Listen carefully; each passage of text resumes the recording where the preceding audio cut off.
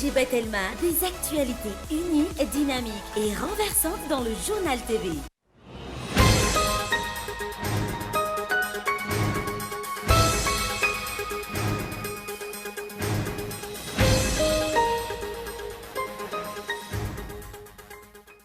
Tsy maintsy apetraka ao an-tanambao manapotsy ny maison des finances ho ny filohan'ny république nandritra ny fandalovany tany an-toerana. Foto-drafitrasa izay atao ankoatra ny fandraisana an-tanana ny polina traboina sy ny fanamboarana ny lalana. Ny faratsin-dalana izay miantraika amin'ny vidim-piainana ka mampitaraina ny polina. Mametraka ho fotom-pisainana, fomba fitantanana ary fomba fiasan'ny fitsinjaram-pahifanatena izy ny antoko malagasy miara-miainga. Antony, ny fametrahana ny fitsinjaram-pahifanatena izy ihany no ampandrosan'ny Madagasikara ka miainga ny fotony izany. Noporofon'ny antoko izany tamin'ny fametrahana ireo mpandrindra rehetra isaky ny faritra, isiny izay fitsinjaram-pahifanatena izy izay. Tokony ho amin'ny tany mpanjakana ihany no anatanterana ny tetikasa tany masoandro ho ireo mponina amin'ny komuna Imeritsy Atosika tamin'ity andro an'ity. Ny fotom-piveloman'ny vahoaka no voatohitohina raha irosona ny fakana ny tan'olon-tsotra raha ny faneho-kevitra izy ireo. Maresaka iraisam-pirenena, mitohatra ny fanafiana ataon'ny Rosia ao Ukraine. Hatreto tsy mbola fantatra mazava ny isan'ny olona maty sy ny naratra hatramin'ny nanomboan'ny fanafiana. Miamafy ihany koa ankilany sazy mianjady amin'ny Rosia avy amin'ireo firenena hafa. Ary ao vetrara ny andindininy mahakasika ireo.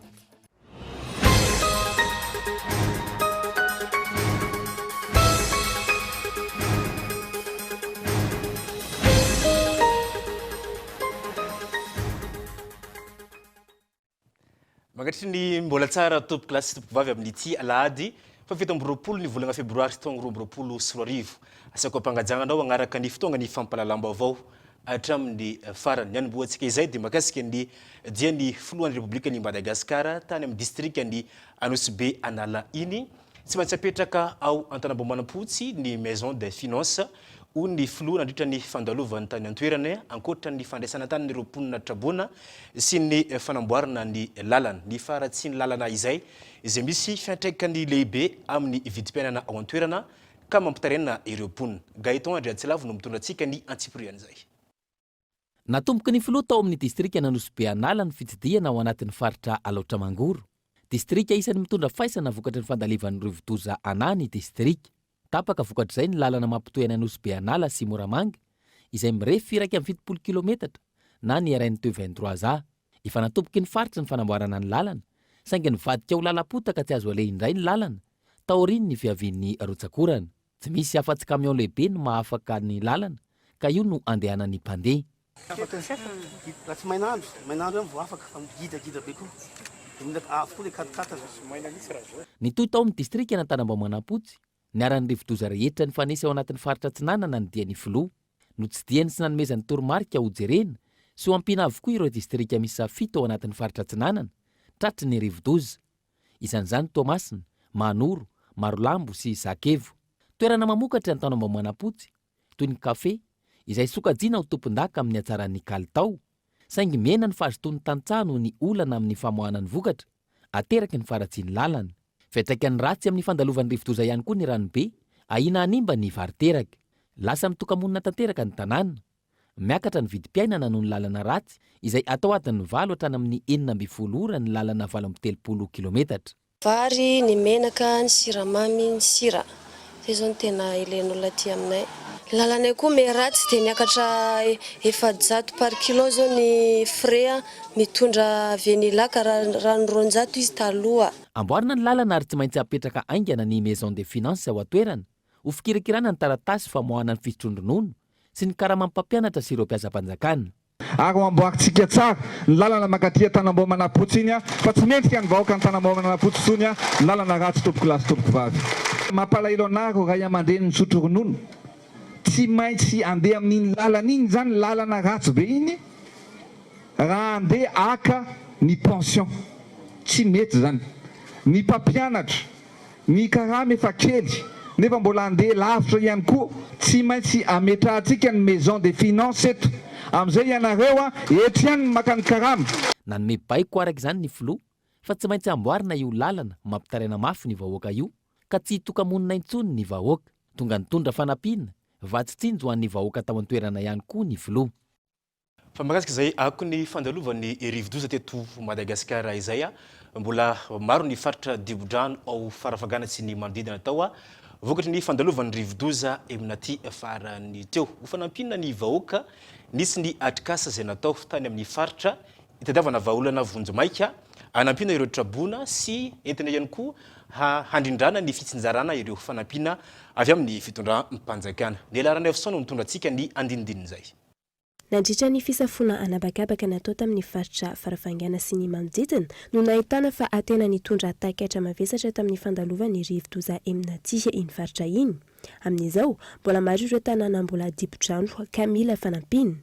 Misaraka izany ny atrikasa no tanterahany ny ministry ny fiarovam-pirenena niarahany tamin'ireo tompon'andraikitra isa tokony any amin'ny faritra. Atrikasa izay niompana tamin'ny fifamizarana andraikitra mba ahafahana mamaritra ireo tompon'andraikitra anivonjena amin'ireo toerana isan-karazany.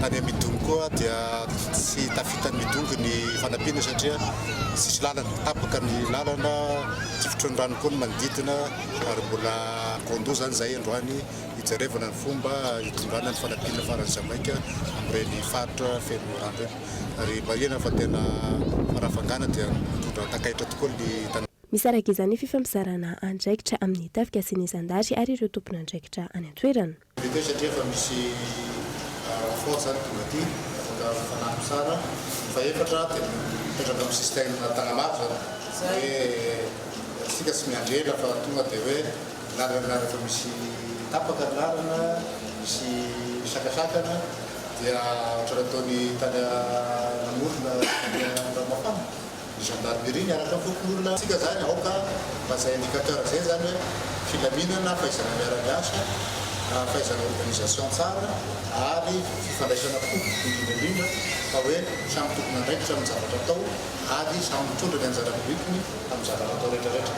Mety hoatrany ny fifanomezan-tanana ny fiara-miasa amin'ireo tompon'andraikitra any an-toerana ataon'ireo miaramila ho fanampiana ny vahoaka sy hanatanterahana ny teniny filoha amin'ny tsy tokony hisy distrika na komuna adimy intsony na amin'ny fampandrosoana izany na amin'ny fitsinjarana ny fanampiana. Raha izay tany farafangana fa ho an'ny mananjary vetivety indray sika anatin'ity vaovao manaraka ity taoriny ny fandalovan'ireny rivo-doza indroa miataona ireny teo ny Batsiray sy Eminaty tsy mbola misy fanampiana voarain'ireo mponina ao amin'ny komuna Antsenavolo ao anatin'ny distrikany Mananjary. Efa imbetsaka izy ireo no noraisana anarana ka mampanontany tena raha nambaran'ireo mponina ny antony tsy mbola nisitrahan'izy ireo ny fanampiana fa dia isany miandro ny tolotanana izy ireo hatramin'izao fotoana izao. Gaëtan Andriatsilavo no mitondra antsika ny andinindininy izany. Komune iray manamorona ny lalam-pirenena fa 520 anaty distrikany Mananjary faritra Vatovavy Antsenavolo. Nahitana faravana sy fahampitena ny komune taorian'ny fandalovan'ny Batsiray sy Eminaty farany teo. Sahirana vokatr'izay ny mponina ka manao antsoavo amin'ny mpitondra fanjakana. Nidiran'ny Batsiray dia simbaby na trano na vokatra na ino sisy zavatra hoaniny. Mitaraigna ay dia sisy raha fitaraingana anay dia sisy valiny hatramin'izao. Varika poka ray ka zaraina roy mianaky zaraka minang ray mandreny fitafy sy zarizary trano dia trano mandre mandalo fagapela dia mananjara fotany Seravoly dia sisy mitaraigna aminareo ambony any bavonzeo na dia segny me vola mba measa hoe misy pamaronga mba inananay ana isanandro zay angatanay raha aminareo ambony any hoe mba isizo anay Senavolo eto fa tena sahirana ivoaka Senavolo sisy raha hoanina misy ny frapay lo akondro lo palibe lo. Ankoatra ny faravan'ny trano fonenana sy ireo efitrano fianarana, nahitana fahavoazana goavana ny fambolena sy ny fiompiana ka mampitaraina ny mponina ao an-toerana. Tsy mbola nisy fanampiana na iray aza tonga tamin'izy ireo. Efa imbetsaka nefa ny fakana lisitra natao ka mampabetra mpanontaniana azy ireo. Sy fantatra mazava tsara manko izy hoe lisitra io ve misy fanampiana ho an'ny vahoaka sa lisitra atao ho fanisana vahoaka fotsiny ve sa lisitra hoentina hitadiavana marché na hoe karazana fanampiana ho an'ny ivelany na ho an'ny fitondram-panjakana manokana. Hatreto zany ny Senavolo dia mbola sisy fanampiana ny paka na ray aza, mbola sako miteny izany na ray aza fa fangalana lisitra no betsaka teto.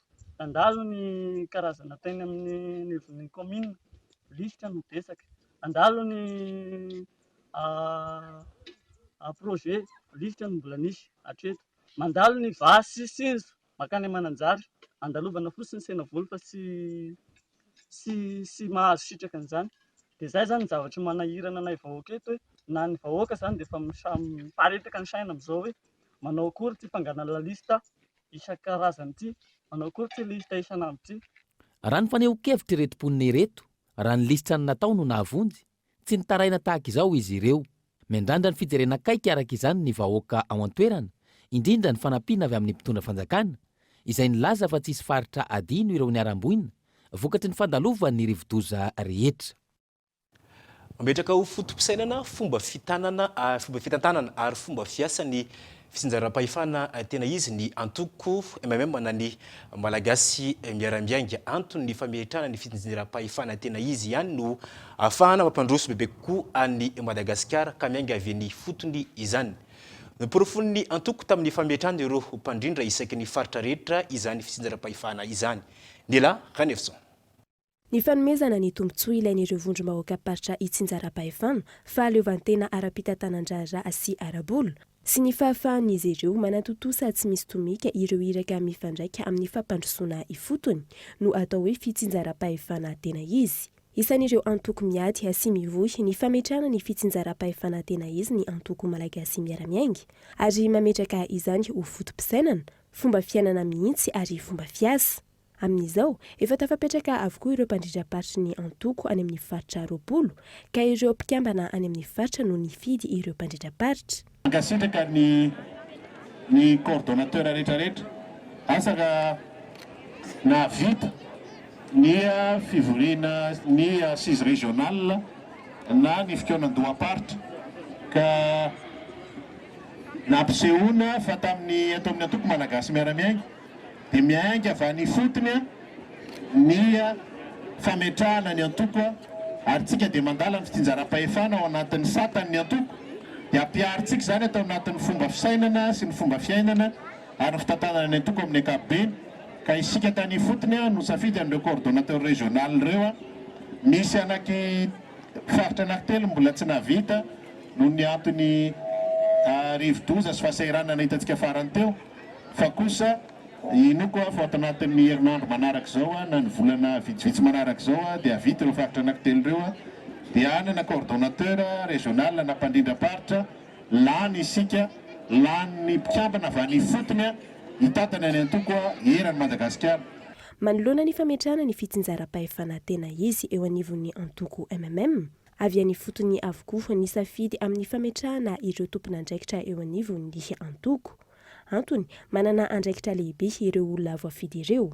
Ihany tena zava-dehibe ary netsika araka ny lazainy teo mpirofontsika amin'ireo olona manarika rehetrarehetra eo fa nataontsika zany fitsinjaram-pahefana zany fotom-pisainana, fomba fitantanana, fomba fiaraha-miasa dia izay ihany nametrahana ny davitra rehetrarehetra kely ny angavany fotony amin'ny matompon'andraikitra, amin'ny masafidim-bahoaka na ny mpitantana ataon'ny antoko na ireo olom-boafidy dia safidy avy amin'ny fotony daholo ny angana azy mamevahana, mame andraikitra ary indrindra mampiseho fa tsy afaka mandroso ty Madagasikara iombona ty raha tsy misy tena fitsinjaram-pahefana marina ary menany andraikitra sy ny adidy pandrisy azy daholo ny olona rehetrarehetra na io olom-boatendry na io olom-boafidy. Tsy misy fampandrosoana vanona raha toa ka tsy mipetraka tsara ny fitsinjaram-pahefana tena izy, raha toa ka tsy misitraka ny tombotsoany ireo vondrom-bahoaka paritra itsinjaram-pahefana. Manana fahefana malalaka ihany koa ireo vondrom-bahoaka paritra itsinjaram-pahefana amin'ny fanapahan-kevitra entiny hampandrosoana ny faritra misy azy tsirairay avy. Pety politika izay hatrany mijoro ary manamafy ny fanarahan'ireo mpikambana ny sata ny antoko malagasy miara-miainga ireo olom-boafidy natolotry ity antoko ity mitovy avokoa ny iraka ataon'ireo olom-boafidy na samy avy amin'ny antoko samihafa ary ka tsy tokony hisy ny fanilikiliana raha ny fanazavana.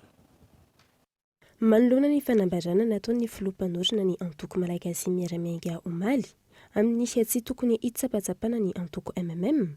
Raha misafidy ny ankina izy ireo amin'izao, izany tsy midika ho fanekina sy fankatsoavana ny fanapahan-kevitra rehetra no raisina amin'izao.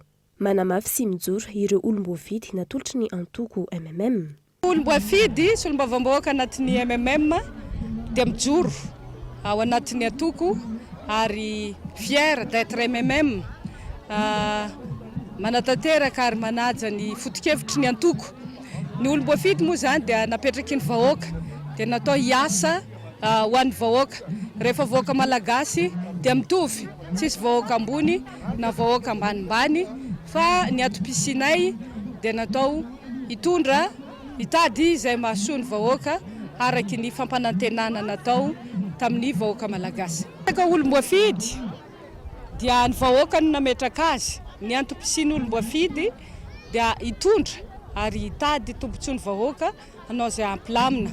Dia raha ny tokony ho izy, tsy ho izy hoe ohatra be ny tanàna avakavahana na ry be ny tanàna ny ranona, ry be ny tanàna Andrakoto, satria vahoaka no nametraka an'ireny.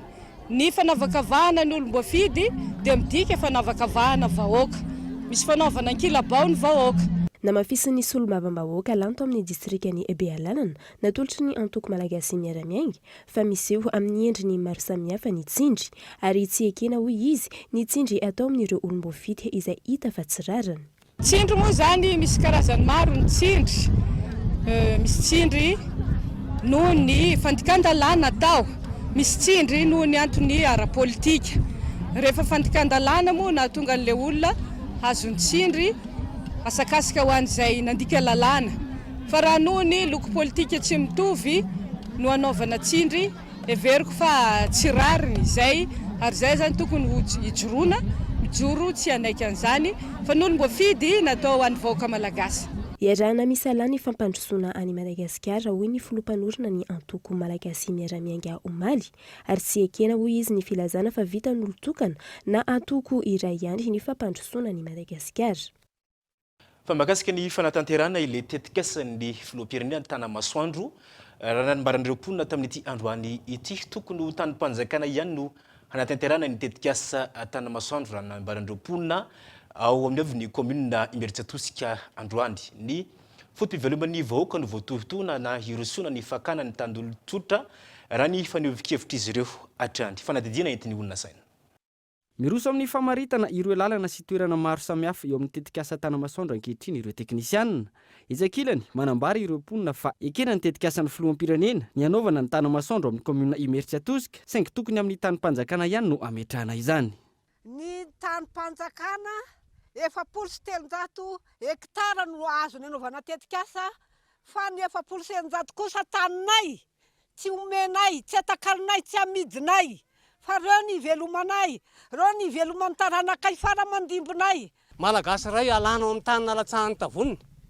Ngamba efa tsy raha malagasy tsony raha tsy mahalala an'izany hoe maharary ny lozana izany tany razana ny lozana tany nalatsahany tavony zany. Mitaky tsisy fepetra mihitsy a. 191 zany hoe tsy mahabe ombo na zato eo aloha ny tetikasa. Marina tokoa ny tetikasa natao teo a, fa hoe ampandroso. Nefa ny taranaka ileo ary tompoka atao aiza. Ary omena trano reo amin'ilay izy. Trano tompoka marina mihitsy zany omena trano zay.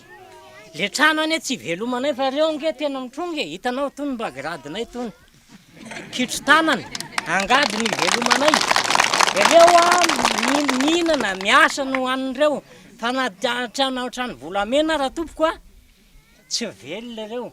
Olana sedrain'ireo tantsaha ihany koa ankehitriny milatsaka any amin'ny tanimbary sy tanimboly ireo ranontany. Tsy mba loza hoe manambara fifaloza tena mitata ao amin'le andrano andrina mihitsy le tany vongovongo fa tsy mandainga. Ary azo jerena mihitsy zany ary misy pirofo. Fa efa mitatao ary tonga le orana le voviny iny dia miampy amin'ny makary an'le efa misy tonga anaty vary tokoa ny izy. Efa misy tonga any. Arataka ny manokana zao. Zay fokotany finenana. Sady manana ny fokotanina amora ranonoro mana ety afinenana ary lao tapaka lalandrangy zaza mba hivavo any tena marina teny amiko anao tena satria zao aiza mo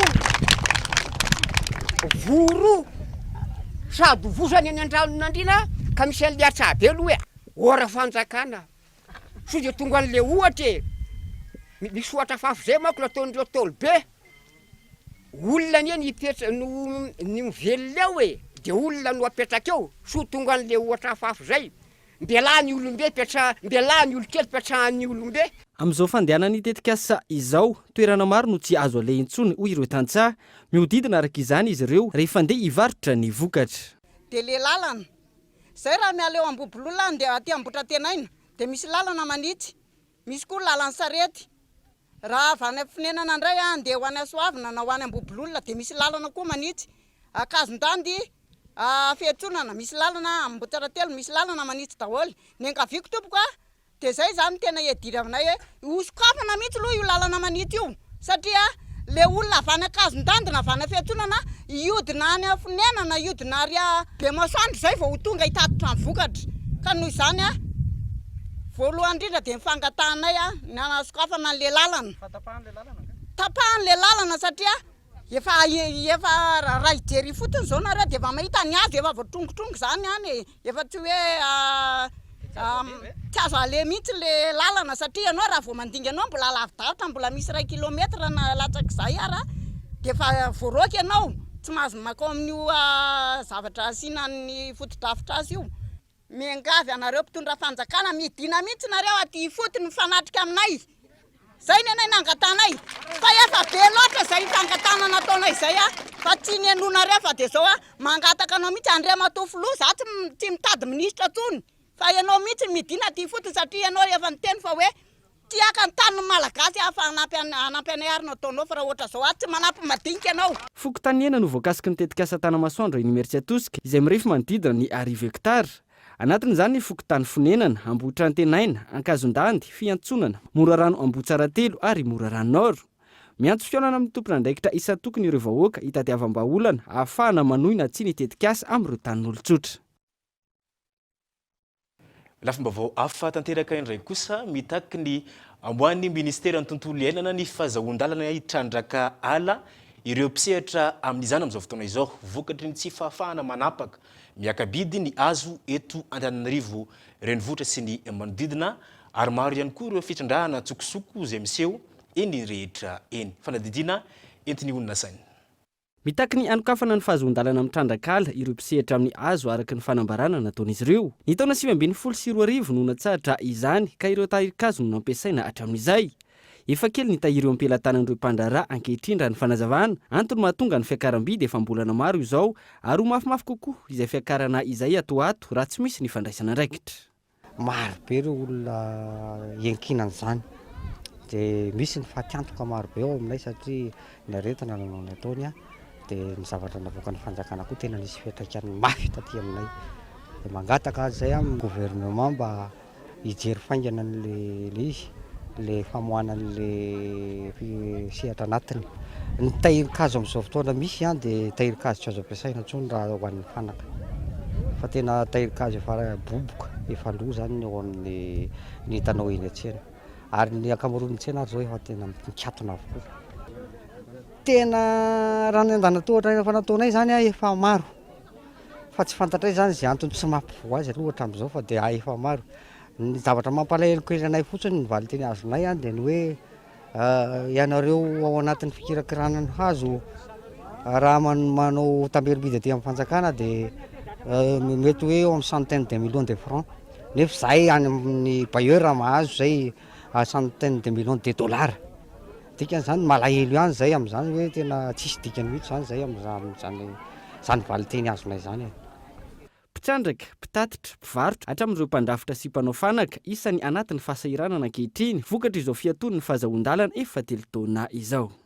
Ny olonay aloha zany dia tsy fisin'ny akora satria tsy afaka manapaka ny tsisy hazo azo tapahana intsony zany dia lany ny akora ampiasaina dia tena tsapanay hoe tena io ny asa sady amelomanay ny tenanay ny amelomanay ny ankonanay. Dia mangataka ny fitondram-panjakana izay mba amasy amela malalaka ny famahana famezana taratasy zany mba ahafahanay misitraka sy maneho ny asanay satria tena tsapanay mihitsy tena be ny fahasahiranana noho ny fikatoana ny taratasy fanapahana ny azo. Efa maro ny fivoriana sy ny antso natao tamin'ny ministeran'ny tontolo iainana saingy tsy misy valiny izany raha nambaran'ireo mpisehatra eo amin'ny tontolon'ny hazo. Izy ireo izay natanteraka fambolekazo teny amin'ny komunina talatany volonondry ho fitondrana ny anjara birikiny amin'ny fikajiana ny tontolo iainana. Izay ny tapany voalohany teto anivon'ny fampalalam-baovao isy vetivetsika anjao reto dokavarotra ireto rehefa avy eo eo anivon'ny tapany faharoa indray ary.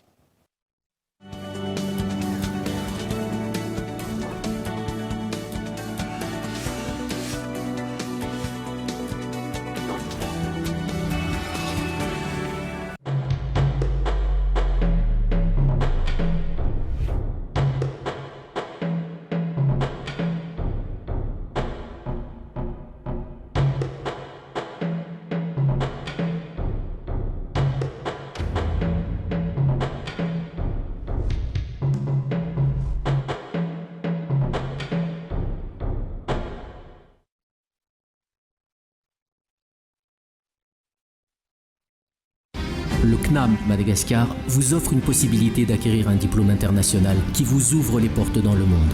Formant les plus hauts placés des administrations, CNAM vous propose plus de 658 parcours niveau bac à bac plus 8. Réussir, apprendre, innover. Faites partie des plus grands et visez plus haut. Inscrivez-vous pour le nouveau semestre. www.cnam-madagascar.g 67 hectares, maison des produits, 6e étage, Antananarivo 101.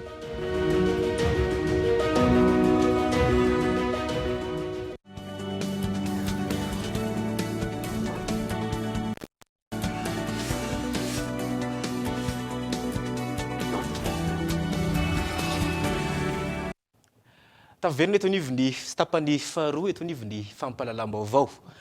Manambahiny isika amin'izao takariva izao tsy zany fa dia docteur Randerina Arnosy ary manana izay mpampianatra pikaroka no efa sady mpandolo-tsaina teo aloha teo anivon'ny ministeran'ny raharaha ambahiny. Omeko ny olona saina avetrany ny resadresaka aminy mahakasika ny ady eo amin'ny Ukraine sy Russie ankehitriny sy mety ho fiantraikan'izany eto Madagasikara. Docteur Arnosy ary manana mpanolotsaina teo aloha teo anivon'ny ministeran'ny raharaha ambahiny no sady efa nanoratra ny thèse mikasika ny ranomasimbe indiana faritry ny fandriampahalemana sy nanoratra maro mikasika ny fifandraisana iraisam-pirenena izy no vahintsika amin'ity androany ity. Fantaniko voalohany avy hatrany Andriamatora ny Arnosy ahoana ny tokony opposition ny Madagasikara amin'ity raharaha misy eo amin'ny Russie sy Ukraine amin'izao fotoana izao ity. Ny vondrona Europeana sy ny fanjakana Alemana izay efa miantso ny engagement ny Madagasikara amin'ity raharaha ity. Misotranao amin'ny fanontaniana dia miarabanareo amin'ny rahalalo dia miaraban'ny malagasy tsy vaky volo izay mihaino an'izao fandarana izao. Ny tiako mariana aloha eto am-pendohana dia ny zavatra tokony hoentiko eto manokana dia ny hoe manahoana ny fijerintsika aty atsimo ny zavatra mitsanga any avaratra.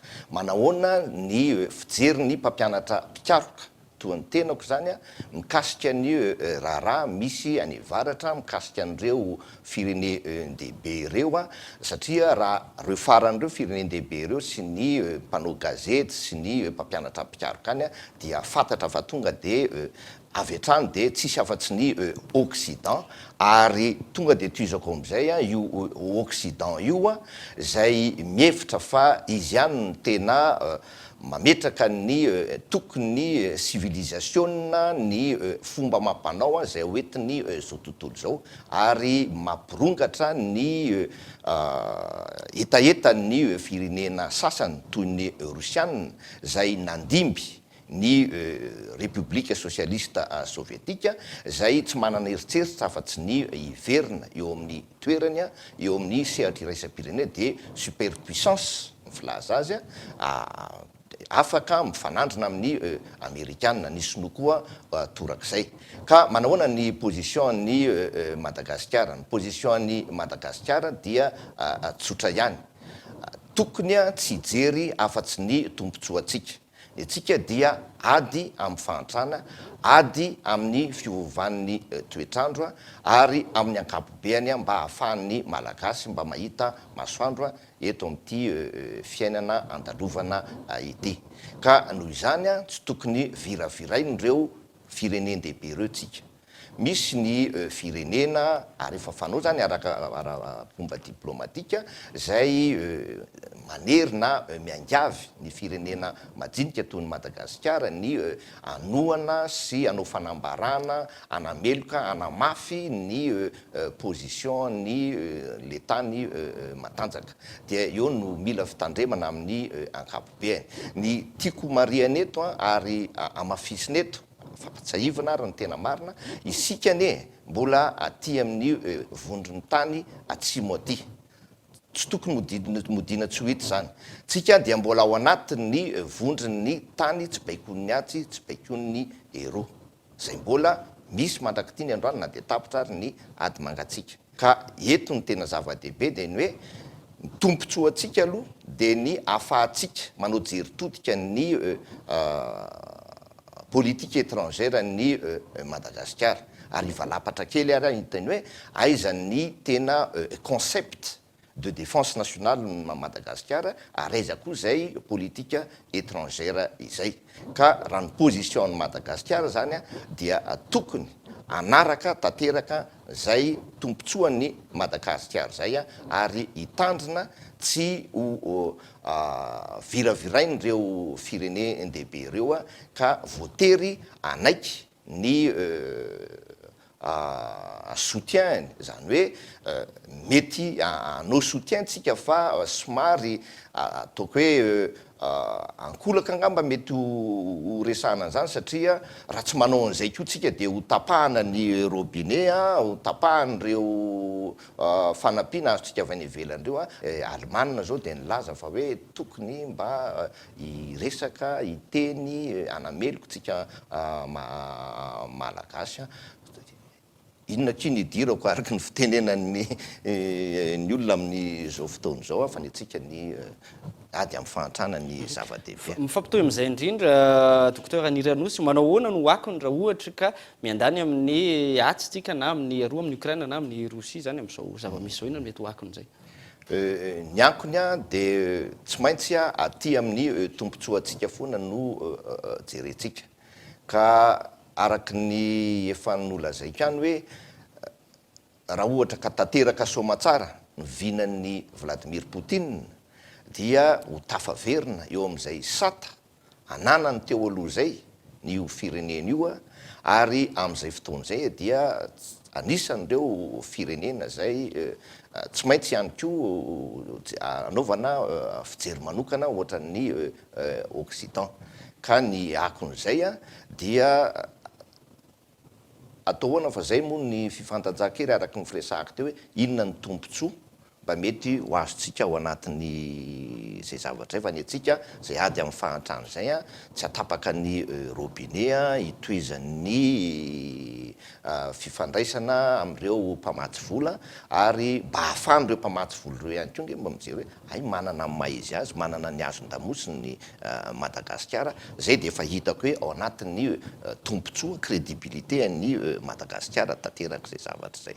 Raha ny fomba fijeren'ireo manampahaizana any ivelany mety haharitra ity ady eo amin'ny firenena rotota ity, manao ahoana no mety ho akony ny fiantraikan'izay eto amin'ny sehatra iraisan'ny pirenena sy ho an'ny Madagasikara manokana raha mitohy maharitra ity ady ity na mety ho fiantraikany ara-toe-karena sy ny maro samihafa?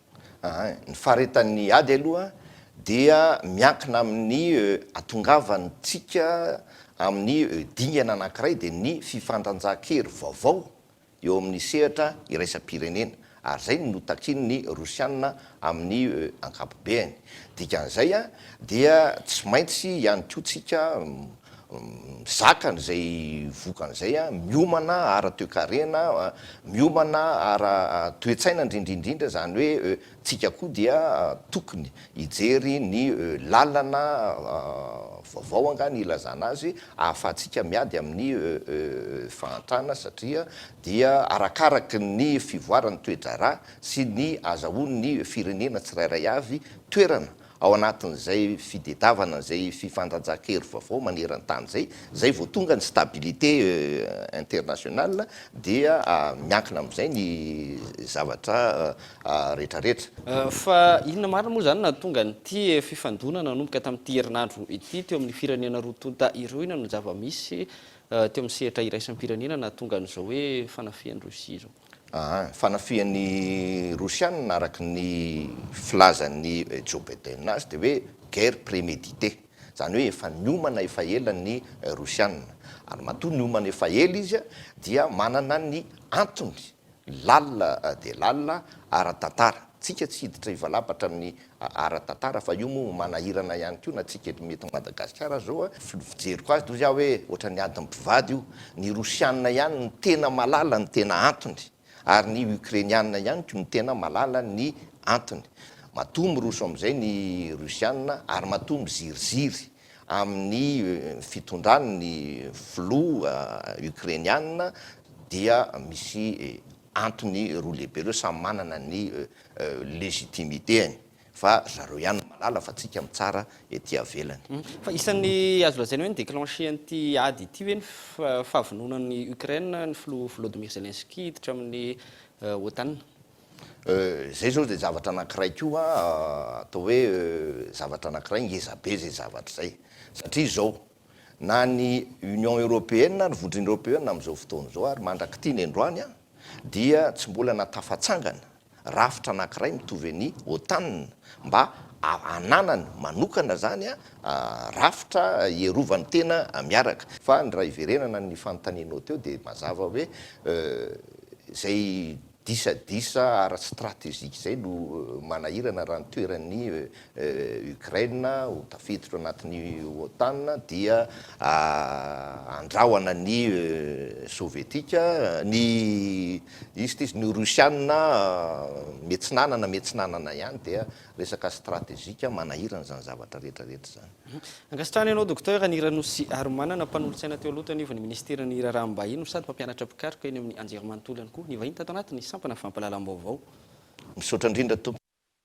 Manoloana ny ady any Ukraine nandefa taratasy any amin'ny filohan'ny Rusia i Père Pedro ny faha-efatra amby roapolo febroary lasa teo. Nangatahany anatin'izany ny fampitsarana ny ady sy ny didijadona ny lainga sy ny fiatsarambelatsihy. Mamotika ny ady ary mamafy fankahalana sy mampisarabazana ny olombelona raha ny nambarany. Fotoana izao ialana amin'ny hoe firenena mandroso sy matanjaka ka mifanandrina amin'ny firenena mahantra sy osa. Mpiralahy isika mitovy avokoa ary samy tompon'andraikitra andorona ho avy mamiratra ho an'ny taranaka amampara. Tokony atsahatra ny fiheverana fa misy olona mendrika noho ny hafa eto amin'izao tontolo izao. Raha araka n'ity taratasy nalefa ny Père Pedro ho an'ny filohan'ny Rusia ity. Onampiketo ho any amin'ireo faritra maromaro isika makasika ny fanadidina maro samihafa.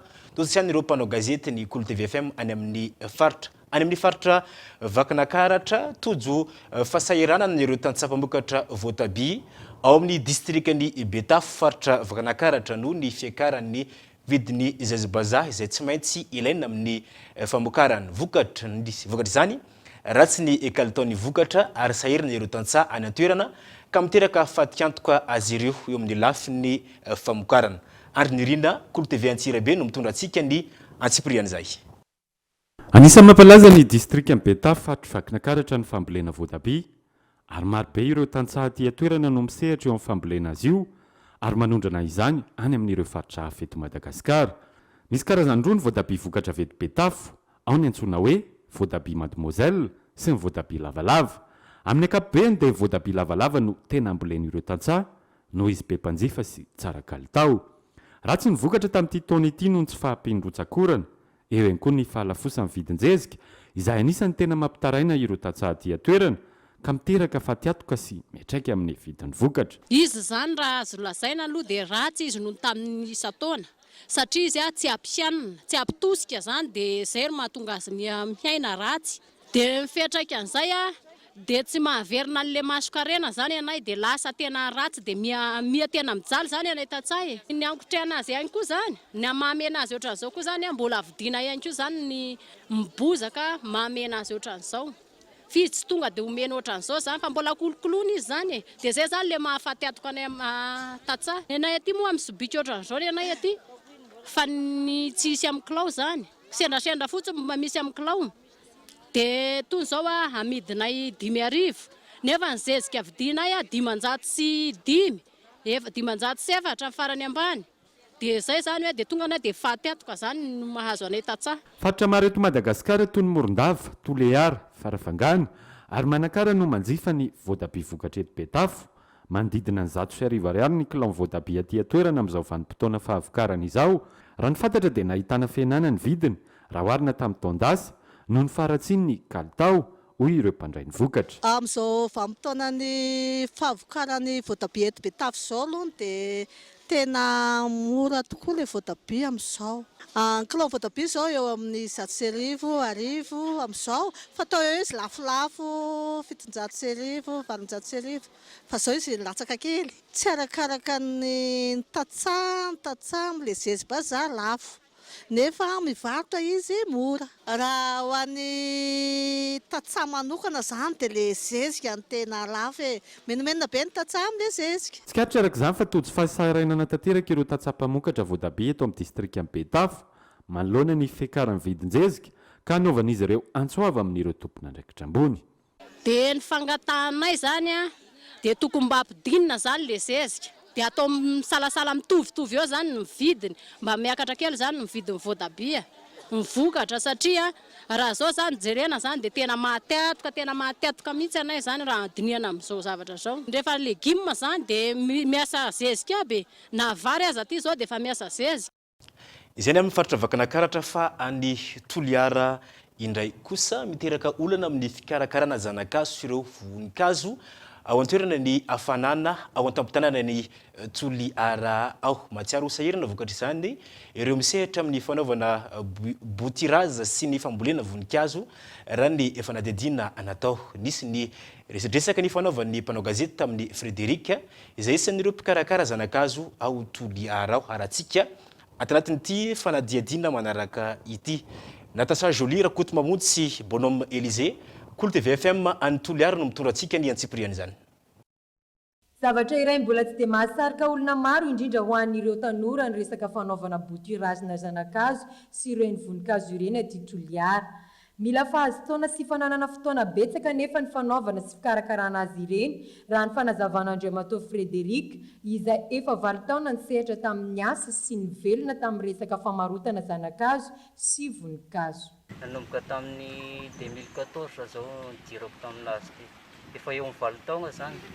Fa na zany amin'izao fotoana izao, ny ma zany manao zavatra sy dia raha loatra mbo sy dia ampy aby ilay fitaovana rehetrarehetra. Dia io araka hitanareo zao dia izay popo hitako eo ampidiriko na sachet misy gony dia manjaitra gony amin'ny raha io. Fa la vao hita moa misondrotra ambonimbony kokoa vao miditra amin'ny gainina koa zany ny ampiasana azy io.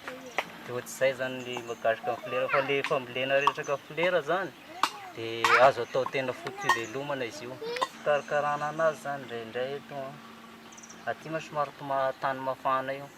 Dia mila matetitetika zany ilay fikarakarana anazy, ilay tany mila vadibadika matetika. Dia eo amin'ny resaka zezika zay moa ilay zezika sy dia tsara koa zany hoe mampiasa zezika tainomina aty mafana ilay tany. Tsy misy hoe mampiasa zezika compost zany indraindray. Satria misy tena hoe zanakazo karazana hoe zanakazo tsy mazaka fanana.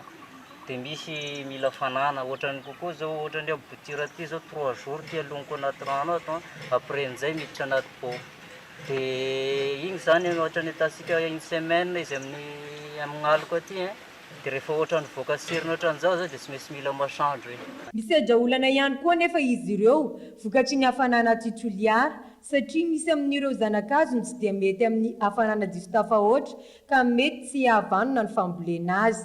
Etsy ankilany, ireo bibikely toy ny neny izay mamono an'ireo zanakazo izay tena ilana fanaraha-maso tanteraka sy fikarakarana amin'ny alalan'ny fanondrahana fanafody miady amin'ireny bibikely ireny.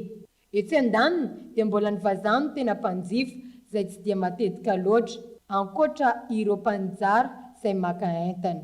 Lafin'ny famarotana zany zay misy indraindray ilay olo mpamarotra mitondra baramba regny maka. Dia misy koa olo hoe tia mamboly flera koa zany dia io misy manatona aty mividy koa. Amin'ny ankapobeny zany amin'izao fotoana izao dia mbola resaka vazaha zany tena betsaka maka amin'izao fotoana izao. Fa amin'izao koa zany fa manomboka mirona sy kelikely isika malagasy koa amin'izao satria fandalam-pandrosoana zany efa mba misy miditra tsikelikely zany ny resaka fambolena flera fa ny tena ankapobeny zany teny vazaha eky zany tebaka izay mahakarakara sy maharitra mahita ny soa maro ny olana sedraina raha tsy ilaza ny resaka fiovaovan'ny toetrandro eo ihany koa ny tsy fisindrotsakorana titoliara izay isan'ny mampikaikaika ny maro fa ny fikirizana no mampaharitra ary ahitana vokatra tsara. Zay ny bakatoliarany misy fantraikany fakarany maripana fa any Tomasina indray kosa no itondrany Erinora zafamanina amintsika ity fanadidina manaraka ity tao amin'ny fokotany Mangarivotra ao atao amin'ny Tomasina no trateky ny polisy avy amin'ny FIP ireo jiolahy manatanteraka ny fanafiana amin'ny tampiadina ao an-toerana taoriny ny velapandrika izay natao no natratrarina ireto jiolahy ireto. Erinora zafamanana Kolo TV FM any Tomasina no mitondra antsika ny Antsipriana zany. Ankoatra ireo izay maty lavon'ny balan'ny mpitandro filaminana sy ireo izay nahiditra ponja isan-taona, misy mpandimby foana ireo mpanao asa ratsy manao ny asa fanafiana eo amin'ny manodidina ny ekara Saint-Paul Mangarivotra ao Tomasina ao, iny lalana miazo mankany Ankirikiry eny. Fitarainana maromaro rahateo no voarain'ny mpitandro filaminana tatoato izay avy amin'ny toerana io. Nametraka velapandrika teny ny ekipan'ny commandant Rafalerivo Jules ny alin'ny Zoma lasa teo mba hanjonoana ireto mpanendaka ireto. Jiolahy efa dano ny respotsiny teny an-toerana ary ny roa hafa kosa tafaborizaka. No zany zavatra zany efa dia naneona polisy fipanay zahay dia namandrika. Misy polisy inspecteur zay nale aloha mody mamo izy dia sady milalao telefônina le gama le mirehatra reny vao nahita an'iny zalahy dia nanatona. Dia indray tonga dia namoaka sabatra vato, hitanareo moa le sabatra avy eo antso be lava be reny. Namoaka sabatra izy dia teo raikitra ny fifanenjena avy eo. Tratranay zany dia raika lany tratra teo. Misy efatra eo zalahy fa tafatsoka ny sasany. Ty fanalavi-davitra kely ny polisy hoe ray ihany zany alefa ry aloha ry ray ny voatratra. Le tena lohany be misy zany io tratra io. Ao izy velao zao dia maraina zay nanontany anazy amin'izay namotipototra araky ny fomba amoany namany. Dia raikitra zany fisamborana. Amin'ny 12 latsaka kely atoandro zay vao azo dodoly le namany reo. Ary sotra mivoaka zany zay nami rambo vao ato misy ratsy ato misy takan'izao sotra mivoaka zany mba toizana ane zany fa zay fipa dia tsitsitsy na dia kely aza. Voasokajy ho isan'ny faritra mena amin'ny tsy fandriam-pahalemana hatramin'izay ny eto amin'ny manodidina ny Saint-Paul Mangarivotra. Ireo mpitsangatsangana amin'ny ariva no tena lasebatra amin'izany. Mirongo zava-maranitra ireo mpanendaka ary efa betsaka no voarava sy voatsendrinantsy teto ato izay. 12 taona ny zokony indrindra amin'ireto voasambotra ireto ary 20 taona kosa ny zandriny indrindra. Ireto jiolahy maty ireto kosa indray no lafo fa 4 tamin'ity taona ity ho an'ny FIP Tomasina manokana. Tafapetraka ankehitriny ny fiara-miasa eo amin'ny etamajoro ny tafika malagasy sy ny avy eo anivon'ny ENAM ny fampitomboana ny trekefa ho an'ireo miaramila manamboninahitra amin'ny fitantanan-draharaha izay eo anivon'ny tafika raha ny fanazavana. Miatrika fampiofanana izy ireo tafiditra ao anatin'izany ny fanavoazana ifotony etamajoro ny tafika. Andeha rahantsika ny fanampanazavana. Ato anatin'ny fanavoazana ny tafika malagasy dia mazava ho azy fa ny olona miofana no afaka mitondra fanavoazana. Raha tsy miofana ianao, tsy ampiofanana ianao, tsisy fanavoazana hoentinao fa resaka démagogie fotsiny zay. Mavely fanantenana dia amizy efa misy fitohizany tsara raha izao fanomboana izao dia fahitana hoe ho tsara ny tohiny. Ho an'ny maresaka iraisam-pirenena no entsika amarana ny fotoana ny fampalalam-baovao amin'izao hariva izao tompoko lahy sy tompoko vavy mahakasiky ny toedrara any Russie sy Ukraine. Mbola mitoetra ny fanafiana ataon'ny Russie sy any Ukraine amin'izao fotoana izao. Hatreto tsy mbola fantatra mazava ny isan'ireo olona namony ainy sy naratra nanomboka tamin'ny fianomboany ity fanafiana ity. Miamafy kosa ankilany ny sazy mianjady amin'ny Russie ataon'ireo firenena hafa. Ho mafy ny fiantraikany izany ary ekonomika amin'ny sazy azon'ny ireo izao. Fanampanazavana eo amin'ny sariny France 24. Tsy mbola misy fitsarana ny aty eo amin'ny rosiana sy ry zareo ukrainiana amin'izao. mitoetra ny fanafiana ataony Rosia any Ukraine amin'izao. Raha ny tatitry ny tompon'andraikitra misana ny famonjena ireo olona, hatreto tsy mbola fantatra mazava ny isan'ny olona maty sy naratra hatramin'ny nanomboan'ny fanafiana, na ireo miaramila na ireo olon-tsotra. Efatrandro izay nanohitra ny fanafiana nataon'ny filoha Rosiana Vladimir Putin ny Kiev. Miezaka ny manangeza hatrany ny renivohitry Ukraine i Rosia saingy tsy mbola tonga amin'izany. Manitatra ny fanafiana ny amin'ny faritra hafa ao Ukraine ireo miaramila nahazo baiko amin'izao, nanomboka omaly ary hatramin'ny alatsinainy tsy mahazo mivoaka ny trano avokoa ireo olona ao Ukraine ary horaisina ho fahavalo ireo olona izay mbola mivoaka ny trano. Vokatra izay manamafy ny sazy amin'ny Rosia ireo tandrifana ka maro ireo banky rosiana nosorona tamin'ny tambajotra tanjona amin'ny zantry ny fampianana ny vola mety ampiasain'ny rosiana. Manoloana izao tranga izao mbola isy vokany ihany ve ny fifampiresahana ara-diplomatika. Androany no nanao fivoriana avokoa ireo ministry ny raharaham-bahiny ao amin'ny vondrona Europeana. Mbola isy ihany koa ny fivoriana hafa akoatra izay. Izay ny mamarana ny fotoana ny fampahalalam-baovao tamin'ity alahady hariva ity tompoko lahy sy tompoko vavy. Mialohany tena iresy rahantsika ity misy ohabolana iray hoentsika mitsakotsako indray ity herinandro vaovao ity. Aleo ratsy tarehy fa tsara fanahy, toy izay tsara tarehy fa ratsy fanahy. Izay midika hoe ny endrika ivelan'ny olona dia midika tsy midika ninninona fa ny fomba fisainany ihany no hitsarana ny olona iray. Mirary herinandro vaovao mahafinaritra ho antsika mianakavy, samia ho tahin-Janahary. Veloma tompoko.